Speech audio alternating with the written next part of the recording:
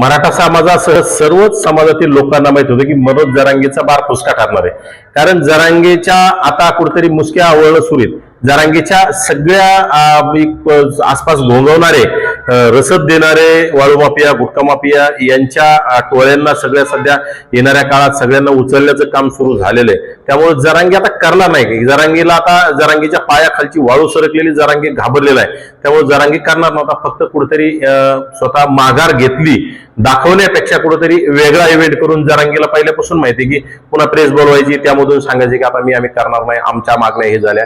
आता जे मागण्या आहेत त्या पूर्वीपासून सुरूच होतं. सगळ्या गोष्टी ते सर्टिफिकेट काढणं लोकांचं सुरू होतं, सगळ्या गोष्टी सुरू होत्या. परंतु समाजाच्या डोळ्यात कशी धुळपेट करायची हे जरांगेला माहीत झालंय. परंतु आता मराठा समाजाने जरांगेच्या खरंच बुडावर लाभ घालून जरांगेला बाहेर काढलं पाहिजे. जरांगेपेक्षा अनेक मराठा समाजामध्ये विद्वान लोक आहेत, हुशार लोक आहेत, त्यांनी मराठा समाजाच्या साठी लढलं पाहिजे. जरांगे सारख्या बालिश माणसाकडे नेतृत्व ठेवणे असं आम्हाला वाटतं.